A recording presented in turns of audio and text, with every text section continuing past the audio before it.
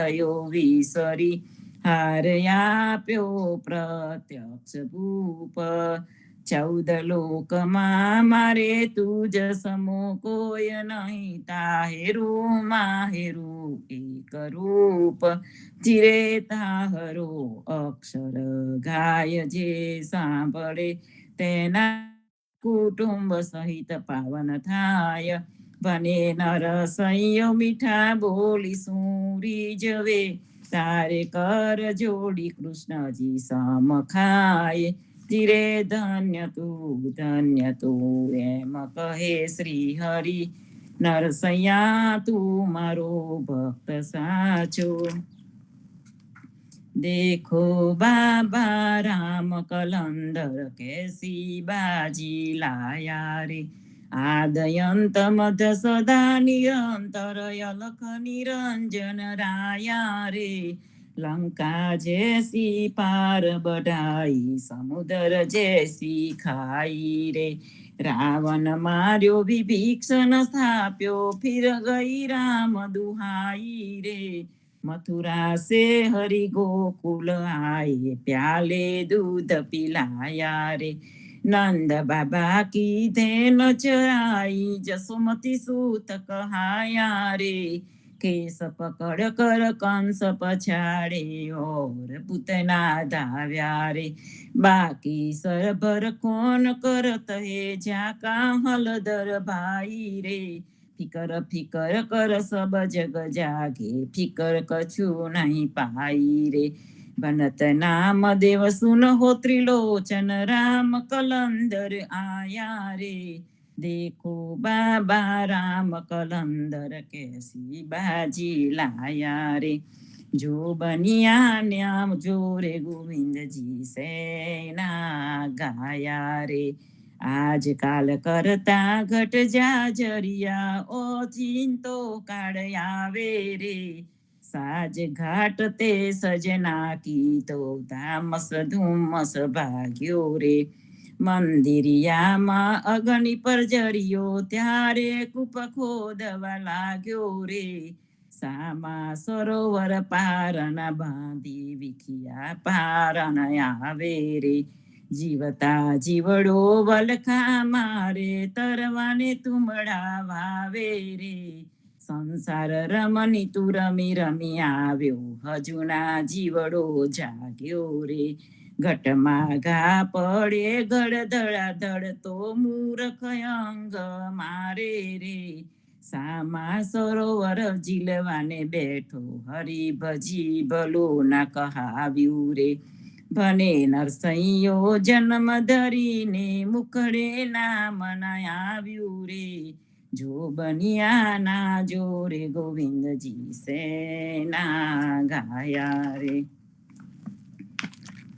राम कहो पंजर के सुवा राम कहो रे पंजर के सुवा हजू लगी खबर पड़ता नहीं अंधा धंधो करत सकल जगमुआ राम कहो रे पंजर के सुआ घड़ी रे सुथारे कटेरो कीनो हजू लगी साज निश्चल नहीं हुआ अंत कालरी पुहोत मंजारी हरि चल्यो जैसे जुआरी जुआ राम कहो रे पंजर के सुआ आशा भेट पाँच पनिहारी कूटत नाही करम जल कुआ कहे कबीर जेने हरि रस चाख्यो वाही के मुख अमृत रस चुवा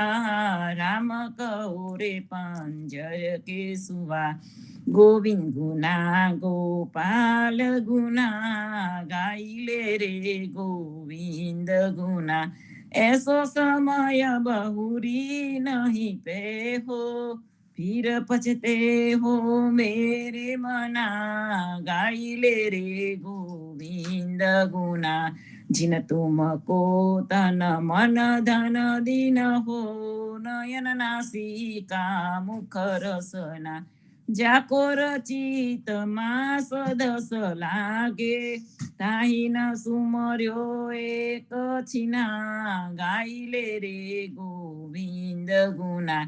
બાલપન હસી ખેલ ગમાયો, તરુણ ભયો તબ રૂપ ગના. બિરદ ભયો તબ આલસ ઉપજે, ઉઠ ગઈ હાથ કછું ન બના, ગાઈ લે રે ગોવિંદ ગુના.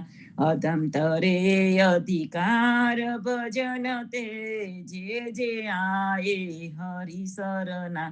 ના માનો તો સાખી બતાવું, અજામેલ ગુની કા સદના, ગાઈ લે રે ગોવિંદ ગુના. ધન જો બન અંજુરી કો જલ જસ, ઘટહી જાત ચીન પલહી પલા. હસજિય જાની ભજો રઘુનંદન, નામ દેવાય હરિ શરણા, ગાઈ લે રે ગોવિંદ ગુના.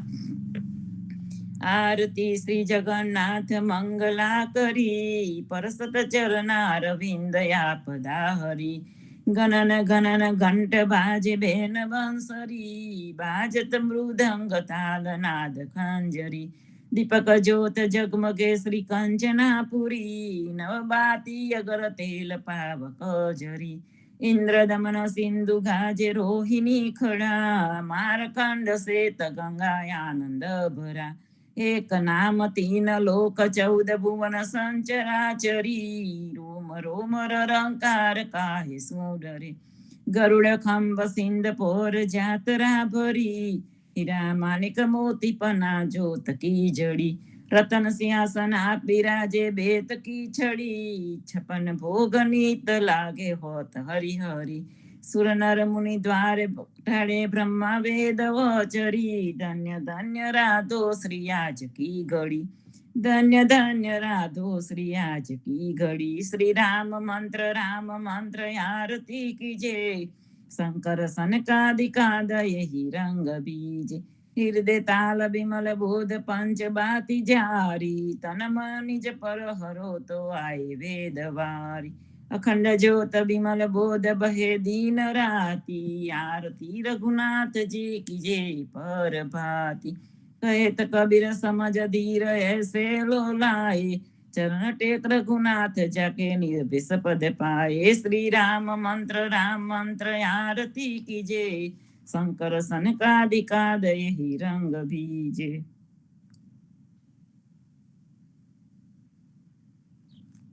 राम कबीर.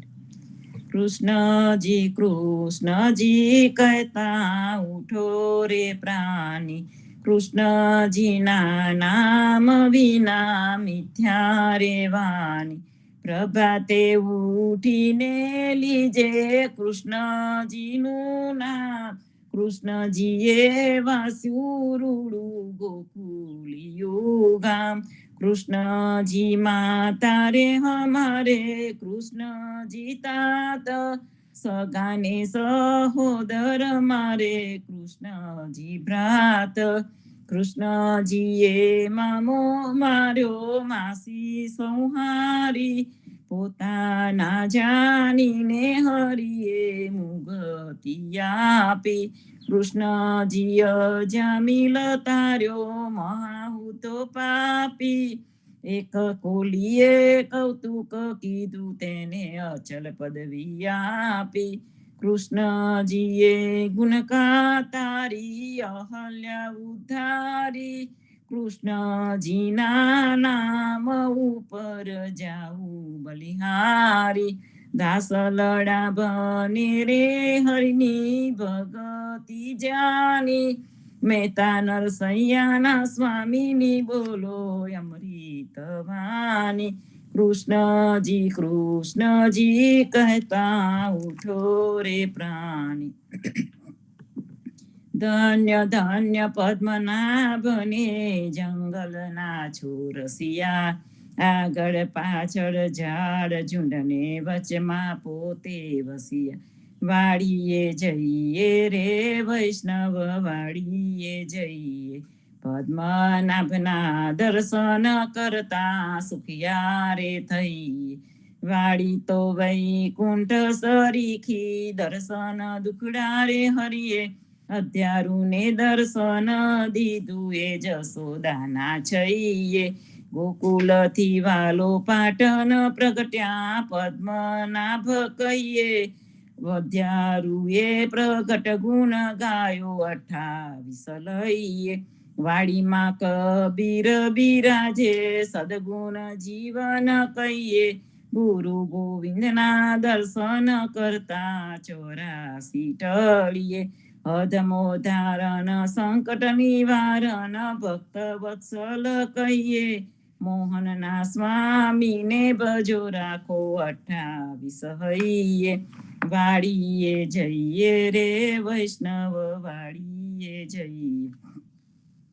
જ્યાં લગી આત્મા તત્વ ચીન્યો નહીં ત્યાં લગી સાધના સર્વ જૂઠી.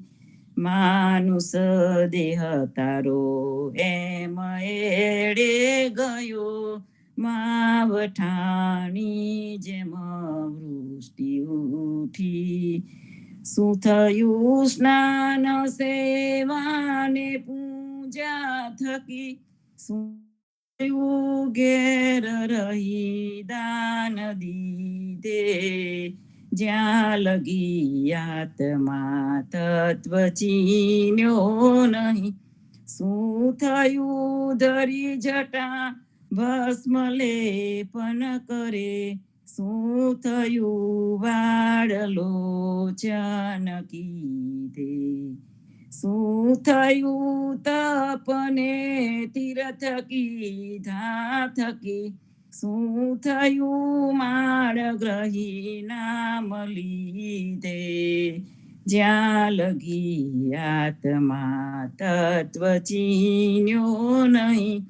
શું થયું તિલકને તુલસી ધાર્યા થકી. શું થયું ગંગા જળ પાન કીધે. શું થયું વેદ વ્યાકરણ વાણી વધે.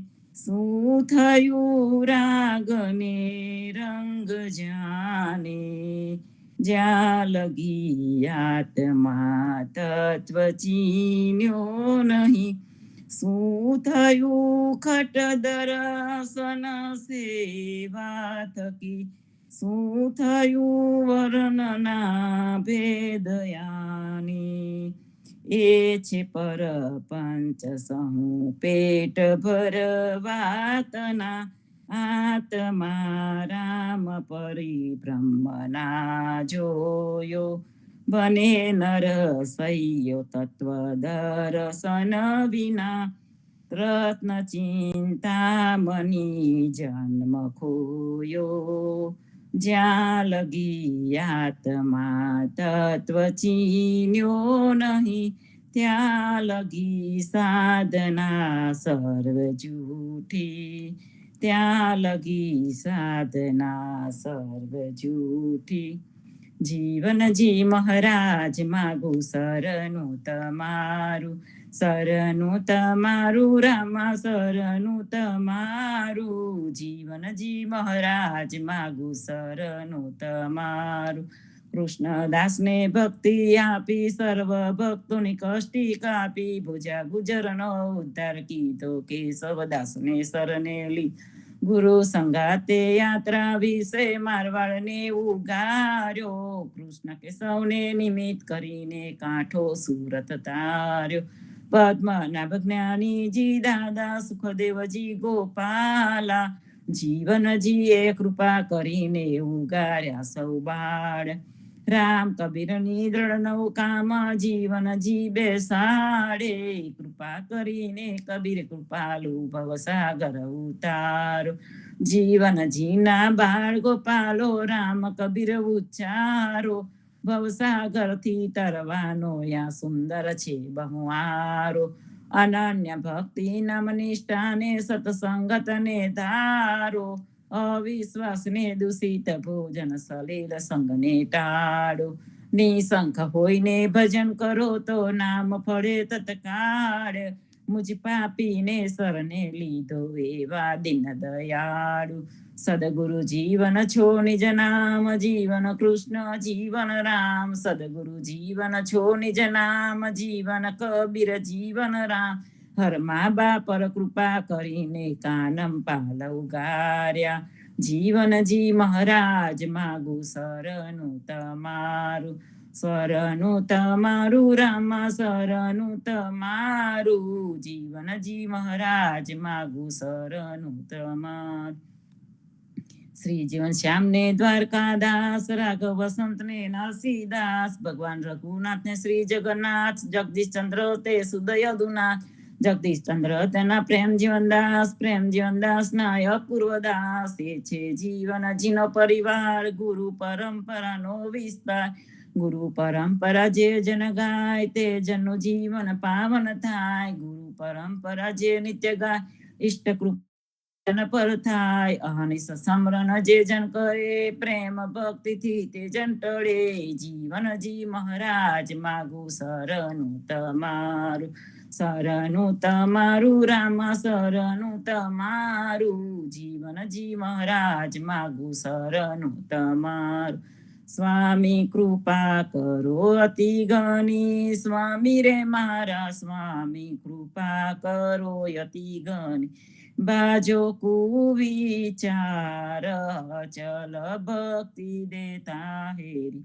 જે છે મુક્તિ ભંડાર પાયે લાગી કરું વિનંતી. સ્વામી કૃપા કરો અતિ ઘણી. સ્વામી રે મારા સ્વામી કૃપા કરો અતિ ઘણી. બાજો કુવિચાર અચલ ભક્તિ દેતા હેરી. જે છે મુક્તિ ભંડાર પાયે લાગી કરું વિનંતી. આનંદ આરતી હર ખય પારા. હરિજન આયે મેરે પ્રાણ આધારા. સંતો દર્શન મેરે ત્રણ તાપ નિવારો. જન્મ મરણ ભવ સાગર તારો.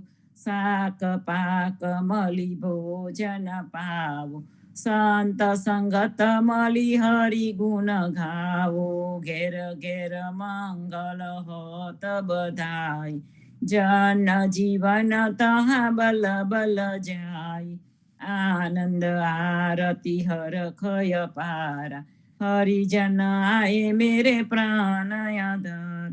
14 બાંધો જીવના દેવ રઘુપતિ કી આન વાટ ઘાટ. રક્ષા કરો છોડાઓ ચારે ખાન. જીવનજી છોડાઓ ચારે ખાન. બોલો સદગુરુ શ્રી જીવનજી મહારાજ ને રામ કબીર અદ્યારુજી મહારાજ ને રામ કબીર સદગુરુ કબીર સાહેબ ને રામ કબીર હેત કૃપા ને રામ કબીર સ્વામી પરિવાર ને રામ કબીર. ભારતમાં સંધ્યાના રામ કબીર. સર્વે ભક્તોને પ્રભાતના રામ કબીર.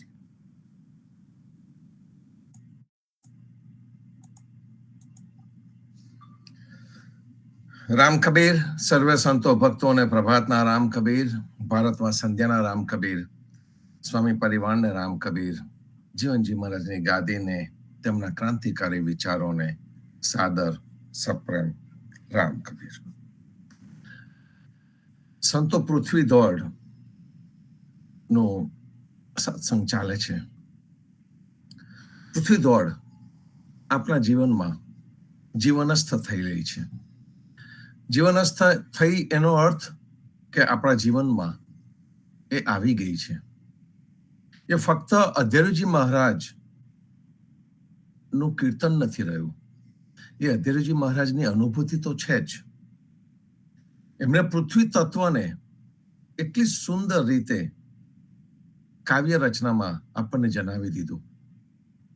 અને પછીથી જ્યારે એનો ભાવાર્થ જગદીશ મહારાજે લખ્યો અને એ પહેલા આ સ્વામી પરિવાર ની દરેક પેઢીએ આ કીર્તનને જીવનસ્થ કરેલું. આપણા સમાજે આ કીર્તનને જીવનસ્થ કરેલું. તે વખતે જે પણ અનુભૂતિ થઈ દરેકને એ અનુભૂતિ લખવામાં આવી. એ અનુભૂતિ કહેવામાં આવી. અને આ કીર્તનને આપણે ગયા વખતે વાત કરતા હતા, ઓલમોસ્ટ 3-4 વખતથી આપણે આ જ કીર્તનની વાત કરી છે અને કદાચ હજુ પણ 1-2 વખત વાત કરીશું. તો આ જે કીર્તન છે એ આપણા જીવનનો એક અભિન્ન અંગ બની ગયું છે. ઉતા ભક્તોના જીવનનું એક અભિન્ન અંગ બની ગયું છે. એમાં 3 મુખ્ય વસ્તુઓ છે. એક કે વિઘ્નહર્તા કોણ, વિઘ્નનું હરણ કોણ કરે. ઇતર સમાજ વિઘ્નના હરણ માટે હંમેશા ગણપતિ બાજુ જાય કે ગણપતિ વિઘ્નનું હરણ કરે અને એટલા માટે ગણપતિનું પૂજન સૌથી પહેલું કરે. ગ્રહોને તેડાવે, ગ્રહોની શાંતિ કરે. જીવનજી મહારાજે આપણને આ આખી પ્રણાલીમાંથી મુક્તિ આપી દીધી અને એમને સાચો વિઘ્નહર્તા કોણ છે એ બતાવી દીધો. સાચો વિઘ્નહર્તા પરબ્રહ્મ છે, જેની પાસેથી ગણપતિ પણ શક્તિ મેળવે છે, જેની પાસેથી સરસ્વતી પણ શક્તિ મેળવે છે. સરસ્વતી સ્વામીને વિનવું. કહેવાય છે સરસ્વતી કુંવારી છે, પણ એનો સ્વામી તો છે, એનો ધણી તો છે જ, અને એ પરબ્રહ્મ છે. તો સરસ્વતી કોને વરે? જે જ્ઞાન છે એ કોને વરે? જ્ઞાન કોની પાસે જાય? એ જ્ઞાન પણ અંતતો એ પરમાત્મા પાસે જ જઈ શકે, પરમ પુરુષ પાસે જ જાય, પરબ્રહ્મ પાસે જાય. એ જ રીતે જે સાચો વિઘ્નહર્તા છે, એ સાચો વિઘ્નહર્તા ફક્ત ને ફક્ત ભગવાન જ છે. એ જે પરબ્રહ્મ છે એ જ છે. જે સૃષ્ટિનો સર્જનહાર છે, જે સર્જે, પાલે ને સંવારે, એ જ આ કરી શકે. બીજો કોઈ દેવી કે દેવતા ન કરી શકે. અને કદાચ માનો કે દેવી કે દેવતા કરે છે તો પણ એ દેવી કે દેવતા કોની શક્તિથી આ કરે છે એ જોવું રહ્યું. The source of energy. મનુષ્ય પણ જો આ સમજતો થઈ જાય ને તો એની અંદર જે અભિમાન છે તે અભિમાન ન રહે. મેં કર્યું એમ આપણામાંના ઘણા બધા કર્યા કરતા હોય છે, પણ ખરેખર વિચારો બેસીને તો ખબર પડશે કે મેં કર્યું નથી. આ me and I and mine એ કોઈ વસ્તુ કોઈ પણ વખત સત્ય નથી અને નથી. અને એટલા માટે આપણને કબીરે કહ્યું કે કબીર ગર્વ ન કીજીએ, કોઈ દિવસ અભિમાન નહીં કરવું. એનું કારણ છે કે જેને પણ અભિમાન કર્યું છે એ દરેક જેને આપણે મોટા ગણી છે, દરેક કાળના મુખમાં તો ગયેલા જ છે. કૃષ્ણ કે જેને આ ગીતા ગઈ, કૃષ્ણ કે જેને આવીને વૃંદાવનમાં કાર્ય કર્યું, રામ જેને આ કાર્ય કર્યું, માંધાતા જેવો માંધાતા રાજા, પૃથુ જેવો પૃથુ રાજા, જેના નામ પરથી પૃથ્વી ગ્રહનું જે નામ પડ્યું છે, એ દરેક તમે કોઈનું પણ નામ આપો તો દરેક કાળના મુખમાં તો ગયા જ છે. અને એટલા માટે કે છે કે કાળનું મુખ તો દરેકના માટે ખુલ્લું છે. કાળનું મુખ કોના માટે નથી ખુલ્લું? તો કે કાળનું મુખ નથી ખુલ્લું ફક્ત ને ફક્ત ભક્ત માટે. જે સાચો ભક્ત છે, કે જેને અભિમાન નથી, જેને કોઈ દિવસ ગર્વ નથી કર્યું, એ હંમેશા જીવિત છે. બાકી દરેકનો નાશ થવાનો છે. અને એટલા માટે જે સાચો ભક્ત છે એ અભિમાન નથી કરતો. પૃથ્વી દોડની અંદરથી જો કોક આપણે સંદેશો લેવો હોય તો કયો સંદેશો લેવાય? આપણે કહે છે કે પૃથ્વી વિવાહ થયો. પૃથ્વીનો વિવાહ થયો કોની સાથે થયો? પરબ્રહ્મ સાથે થયો. અને જે પૃથ્વીનો વિવાહ પરબ્રહ્મ સાથે થયો એનો અર્થ શું થયો? કે જે પૃથ્વીનો જે ધણી છે, તમો તો સિયલ ધની, એ જે સિયલ શબ્દ છે, એ સિયલ એટલે કે ધની, એટલે કે પૃથ્વીનો જે ધની છે એ પરબ્રહ્મ છે. પૃથ્વીની જે માલિકી છે એ પરબ્રહ્મની છે. તો પછીથી હું તો વળી કયા ખેતનો મૂલી કે એમ કહું કે આ ખેતર મારું, આ ઘર મારું, આ જગ્યા મારી, આ જે ઓનરશિપનો જે રાઈટ આવ્યો, પછી એમાંથી આ રજિસ્ટ્રી આવી કે ભાઈ આ તો ચોપડે લખાયેલું છે, આ જગ્યાનો માલિક હું છું. અને એ માલિકી કરતા માલિકીના લીધે હજાર જાતના ઝઘડા કર્યા, હજાર જાતના કજિયા કર્યા, અને એના માટે તો રાજાઓની રાજમહેલની અંદર વિખવાદો પણ થયા અને એકબીજાને કાપવા અને મારવા સુધી પહોંચી જાય. આવું ઘણું બધું થયું. આપણને આખો ઇતિહાસ ખબર છે કે જે માલિકીપણાની જે ભાવના આવી, એ માલિકીપણાની ભાવનાના લીધે આપણે આજે 3 તાપની જે વાત કરીએ છીએ, એમાં જે આધિભૌતિક તાપ છે, એ આધિભૌતિક તાપ આના લીધે છે. ઇવન આપણે જોવા જઈએ તો આપણું જે બાળક છે કે આપણું ગ્રેન્ડ ચાઇલ્ડ છે, એની પર પણ આપણે માલિકી હક જમાવવા જઈએ છીએ. ઓનરશિપ રાઇટ, મારું છોકરું, કોઈ બીજું એને કહી શું જાય, મારું છોકરું. એ જે માલિકી હક આવ્યો, એ માલિકી હકના લીધે જ ઘણી બધી તકલીફ થાય છે. અને એટલા માટે જે આપણા પૂર્વજો હતા, એક જમાનામાં એક ગણતરી એવી હતી કે માલિકી હક નતો, માલિકી હક પાછળથી આવેલો છે. એ યુરોપના પ્રદેશમાંથી આવેલો છે. અમેરિકાની અંદર પણ આ ખંડ જ્યારે કોલંબસે શોધ્યો ત્યારે આ ખંડનો કોઈ માલિક નતો. આખી ધરતી ઉપર જ્યાં જ્યાં પણ આ સામ્રાજ્યવાદીઓ પહોંચ્યા છે, એ લોકો જ્યાં જ્યાં પહોંચ્યા તે જગ્યાએ એમને માલિકી હક ઉભો કર્યો. આ ટાપુ અમારો, ને પછી એના માટે લડ્યા. આ જગ્યા અમારી એમ કરીને પછી એના માટે લડ્યા. લડીને પછીથી પૈસા આપીને એ જગ્યાને પછી ધીમે ધીમે કરતા ખરીદવા માંડ્યા અને માલિકી હક ઉભો કર્યો. મૂળે અહીંયા જે રહેતી જે પ્રજા હતી, જેને આપણે લોકો રેડ ઇન્ડિયન તરીકે ઓળખીએ છીએ, અને જેને અહીંના લોકો કહે છે કે ભાઈ એમને રેડ ઇન્ડિયન ન કહેશો, એમને નેટિવ્સ કહેવામાં આવે છે કે ભાઈ અહીંના જે ઓરિજિનલ લોકો જે રહેતા હતા તે લોકોની વાત છે. અહીંયાના જે ઓરિજિનલ લોકો રહેતા હતા એ શું માનતા હતા કે ભૂમિ સબ ભૂમિ ગોપાલ કી, અને આ ભૂમિના આપણે માલિક નથી, આ ભૂમિનો આપણે ઉપયોગ કરવાના છે.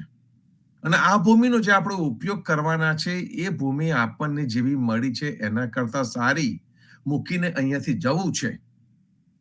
જરૂરી છે એ લેવું છે, અને જરૂરી છે એ લેવું છે તો એ એક માલિકી હકથી નથી લેવું, એને પ્રેમથી લેવું છે. ભક્તો હંમેશા કહે છે કે સૂર્ય ઉગે છે અમારા માટે, ધરતી ધાન પકવે છે અમારા માટે, અમે કૃતજ્ઞ છે. અને વૈષ્ણવની તો આ પરિપાટી છે કે આપણે જે પ્રસાદને ગ્રહણ કરતા પહેલા આપણે પ્રસાદની સાખી બોલીએ છીએ. આપણી અંદર પ્રસાદ માટેની આરતી પણ છે, એ આરતી પણ આપણે બોલતા હોઈએ છીએ. અને એ આરતી બોલ્યા પછીથી આપણે પ્રસાદ લઈએ છીએ. એ આપણે આપણો પોતાનો પ્રેમ ભાવ વ્યક્ત કરતા હોઈએ છીએ પૃથ્વી માટે, ધરતી માટે. આ ભક્તની ખુમારી છે, અને ભક્તની નમ્રતા પણ છે, આ ભક્તનો પ્રેમ પણ છે. અને આ ભક્તની પાસે ગર્વ નથી, એટલા માટે એની પાસે આ પ્રેમ છે ને નમ્રતા છે. અને એ માલિકી હકમાં નથી માનતો હોતો. તમે જુઓ કે કેટલા બધા ભક્તો આપણે જોયા છે કે જેમને દરેકે દરેક વસ્તુ આમ જ છોડી દીધી છે.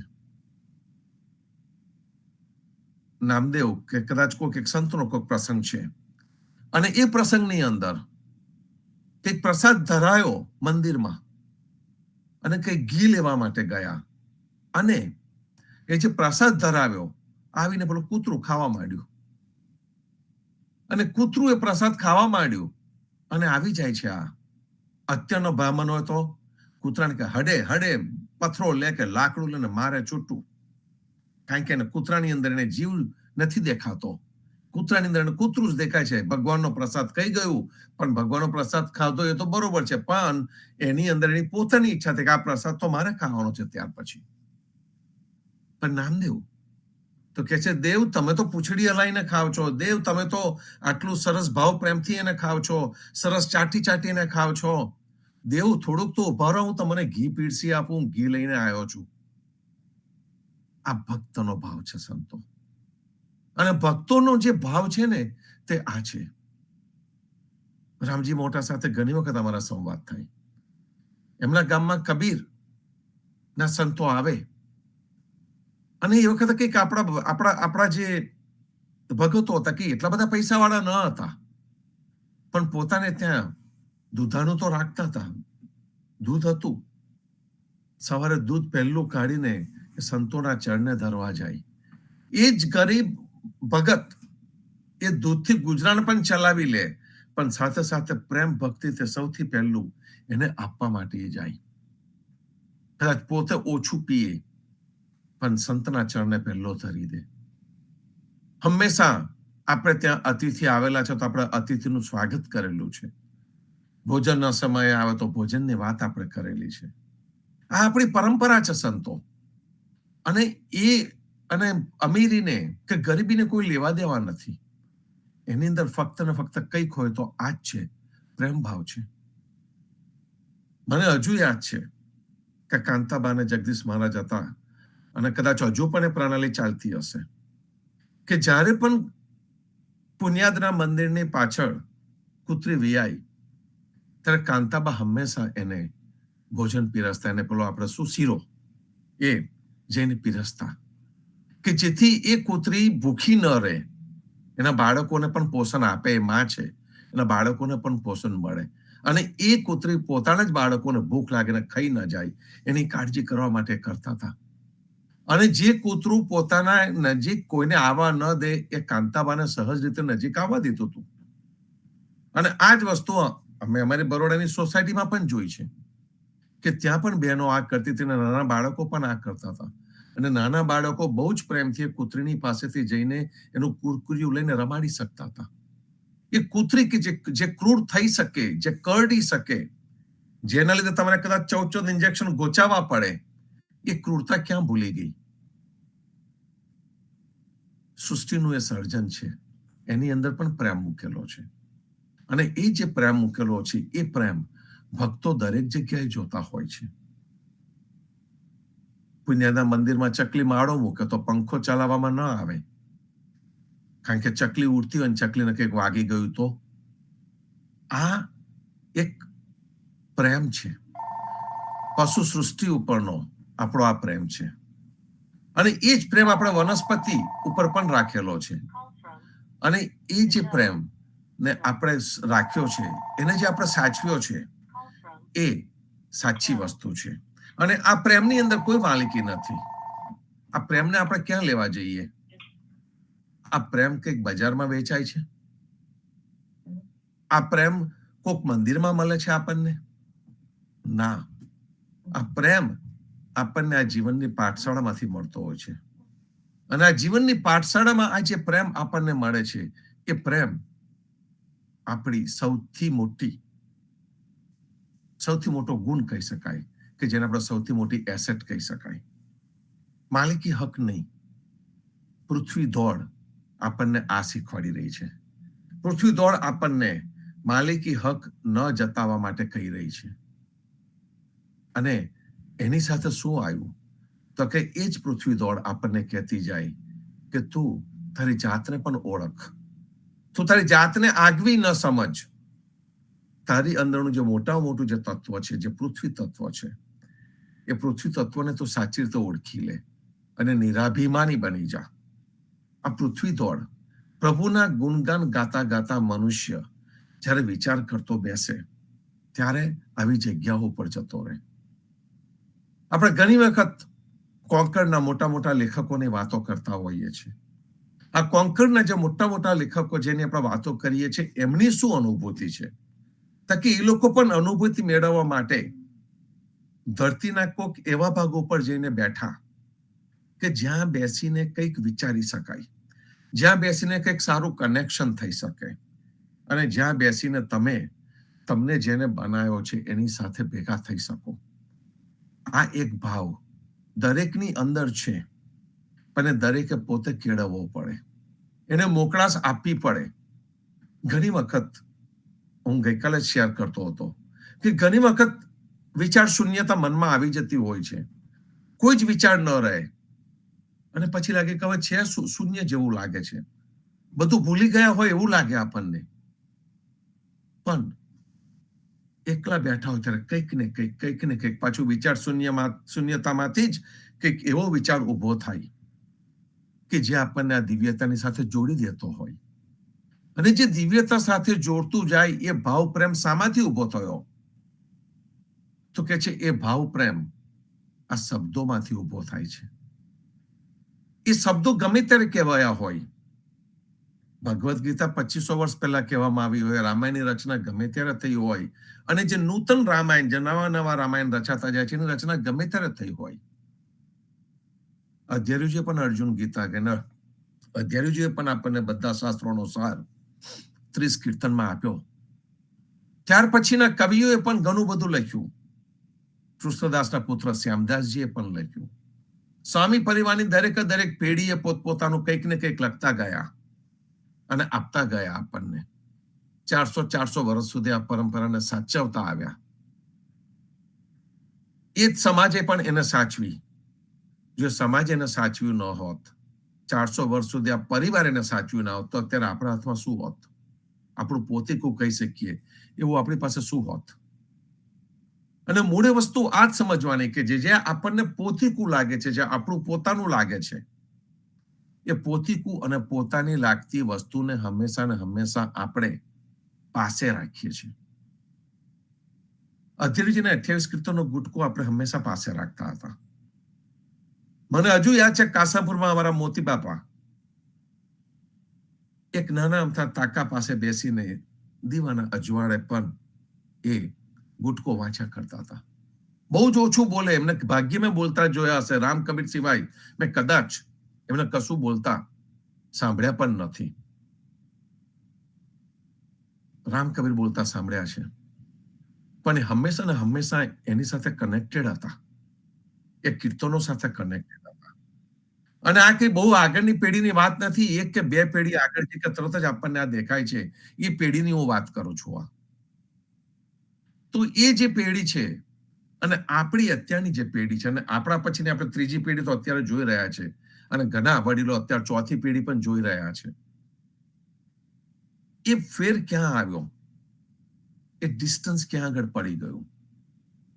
વિચાર તો કરવાનો રહ્યો કે આ જે કનેક્શન આપણી પાસે છે, એ જ કનેક્શન પૃથ્વીમાં દરેક જણને દરેક જગ્યા ઉપર છે.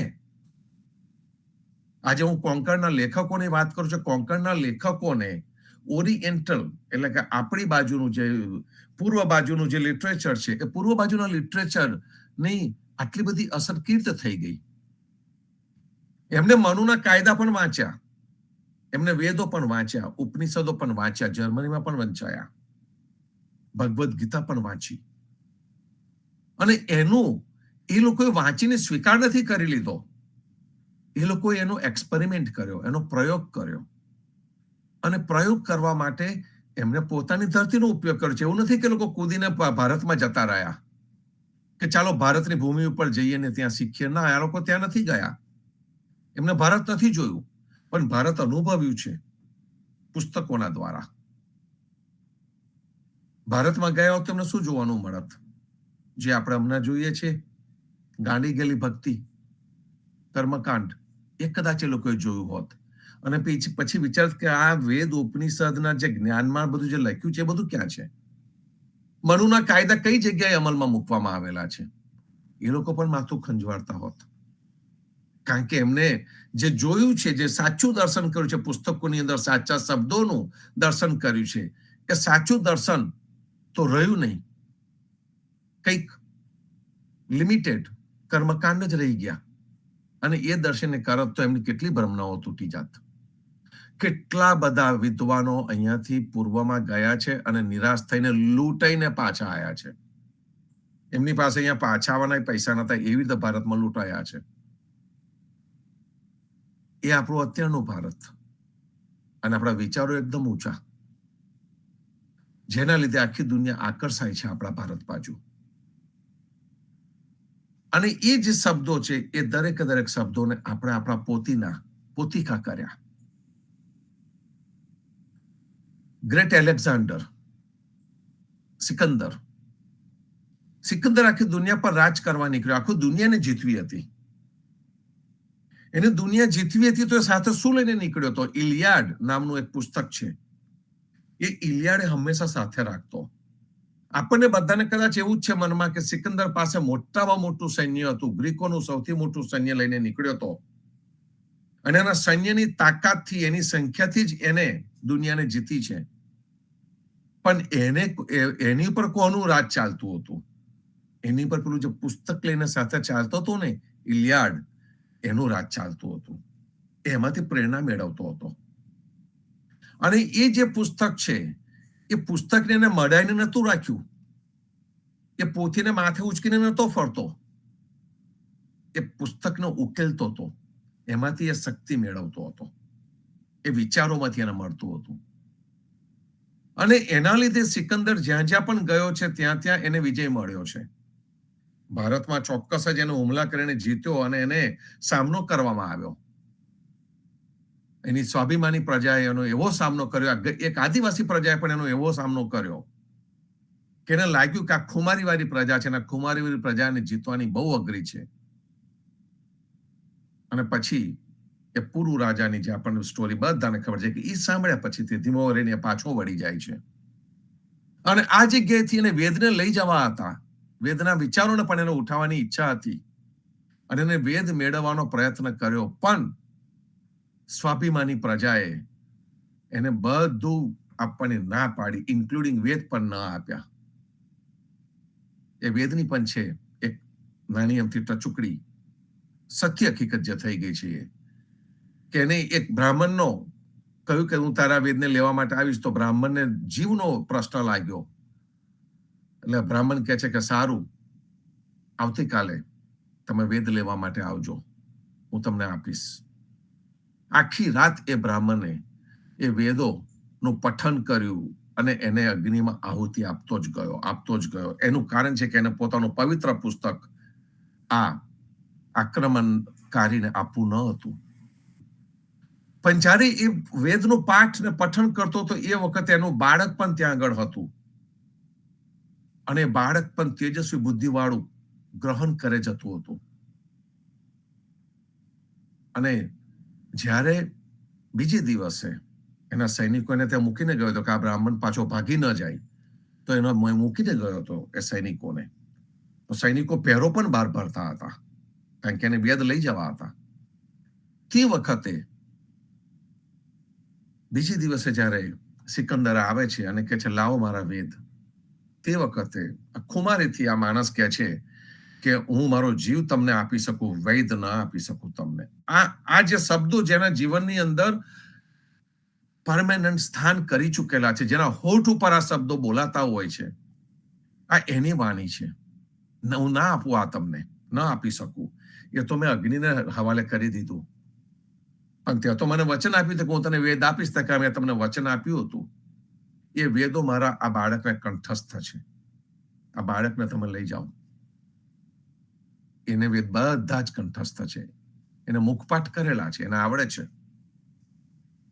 અને તે વખતે સિકંદરને લાગ્યું કે જે પ્રજા આ પોતાના શબ્દો માટે પોતાનો જીવ આપી દેવા માટે તૈયાર છે, જેને અગ્નિને સ્વાહા કરી દીધું અને જે પોતાનું બાળક મને આપવા તૈયાર થયેલો છું, આ પ્રજાની ઉપર કેવી રીતે રાજ કરી શકીશ?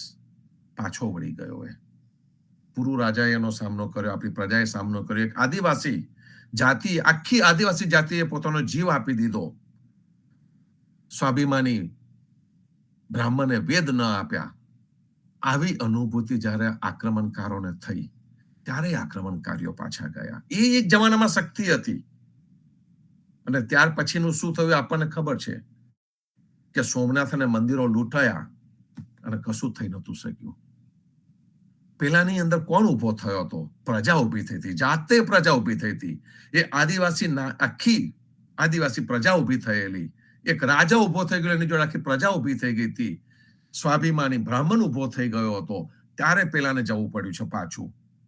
અને જયારે પેલો 18 વખત લૂંટવાયો, કોઈ સામું ના થયું. અમારો દેવ અમને બચાવશે, અમારો દેવ અમને બચાવશે એમ કહીને રહી ગયા અને કોઈ દેવ બચાવવા ન આવ્યો. મૂળ વસ્તુ એ છે સંતો કે જે શબ્દ આપણે આપણી સાથે રાખીએ, આપણી પોતાની સાથે રાખીએ, આપણે આપણા જીવનમાં રાખીએ, એ શબ્દ જ આપણને બચાવી શકે. એ માન્યતા જ આપણને બચાવી શકે. એ ભાવ આપણને બચાવે, એ પ્રેમ આપણને બચાવે, એ પ્રેમ આપણને જીવનમાં ઉપર ઉઠાવે. એના પૃથ્વી દોડનો સંદેશો આ છે કે જે પૃથ્વી તત્વ છે એ 5 મહાભૂતોમાંનું મોટામાં મોટું, મુખ્યમાં મુખ્ય તત્વ છે. ચોક્કસ જ એ 5 સિવાય ન ચાલે.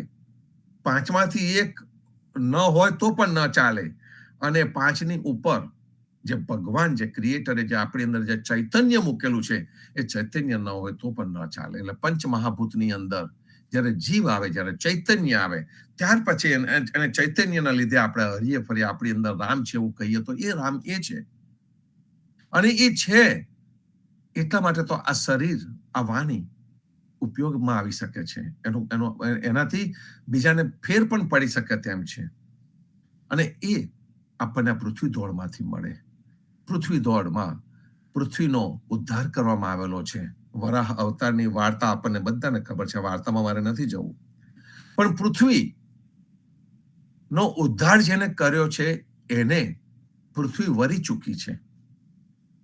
વરાહ તો એક સ્વરૂપ હતું અને એને પૃથ્વી વરી ચૂકી, એટલે પૃથ્વીનું લગ્ન પરબ્રહ્મ સાથે થઈ ગયેલું છે. અને એટલા માટે એ જ પૃથ્વી ઉપર, એ જ ધરતી ઉપર આપણે જ્યારે માલિકી હક કરવા જઈએ તે કામ ન થાય, એ કામ કરે જ નહીં. આપણને સર્વેને ખબર છે, જીવનજી મહારાજ અને હરમાબા, રતનસિંહની દીકરી હરમાબા પંગુ હતી. જીવનજી મહારાજ ભક્ત સંત, એમની ઉપર દરેક પ્રકારની કૃપા, અને એમની કૃપાથી હરમાબા સાજા થયા. તે જ ઘડીએ હરમાબા કહે છે, હવે તમે મારો સ્વીકાર કરો. જેવી રીતે પૃથ્વીને વરાહ રૂપે આવીને ભગવાને બચાવી, કંઈક એવી જ રીતે હરમાબાને પણ જીવનજી મહારાજે કૃપા કરી અને સુંદર રીતે એમને જે કષ્ટ હતું એ કષ્ટનું નિવારણ કર્યું. અને એ જ ભાવથી, ખૂબ જ ભાવથી હરમાબાને જીવનજી મહારાજે વચન આપ્યું કે હું તમારો સ્વીકાર કરીશ, અને હું જે તમારો જે સ્વીકાર કરીશ, હમણાં હું જઉં છું, ફરીથી આવીને તમારો સ્વીકાર કરીશ.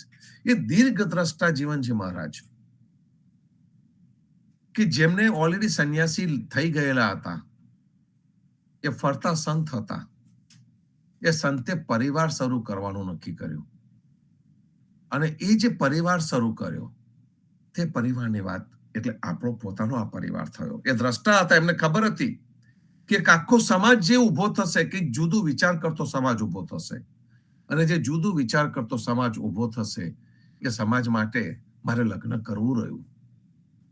અને ગોપાલદાસની વિનંતી, આજ્ઞા, અને બધું જ એક સરખું એવું બેઠું કે એમને હરમાબાની સાથે લગ્ન કર્યા. રજપૂત એક બાજુ કનવી પટેલ, બીજી બાજુ હરમાબા.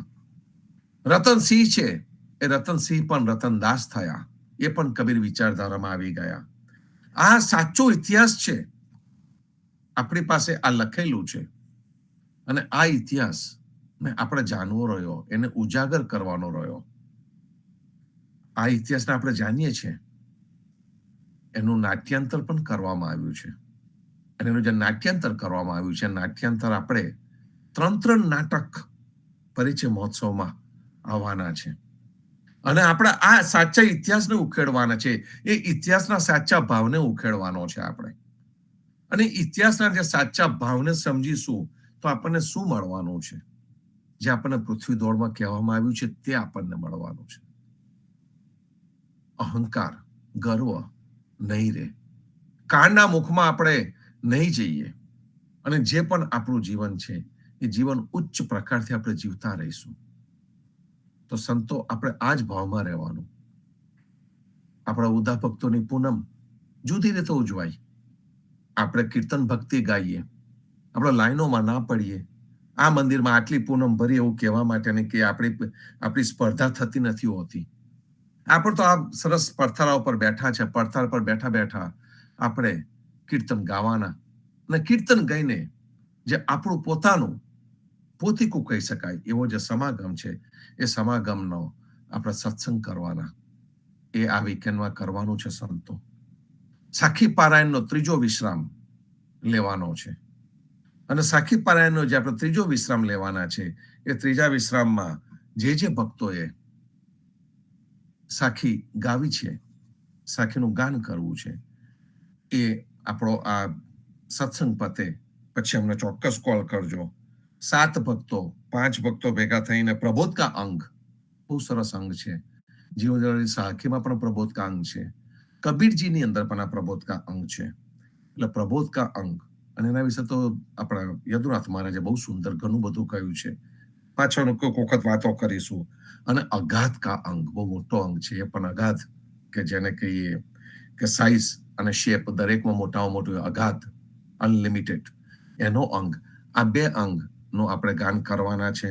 પ્રેમજીવન મહારાજ આપણી સાથે જોડાશે અને આપણે સમાગમનું સંત સંગત કે એની જે ચર્ચા છે એ પણ આપણે કરીશું. તો સંતો જોડાતા રહેજો, આવતા રહેજો, મળતા રહીશું. આ જ ભાવથી, પ્રેમ ભક્તિથી આપણે આપણું જીવન ઉચ્ચ કક્ષાએ લેતા જઈશું.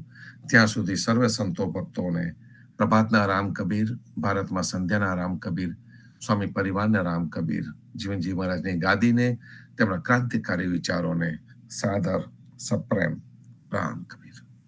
રામ કબીર. સર્વે ભક્તોને પ્રભાતના રામ કબીર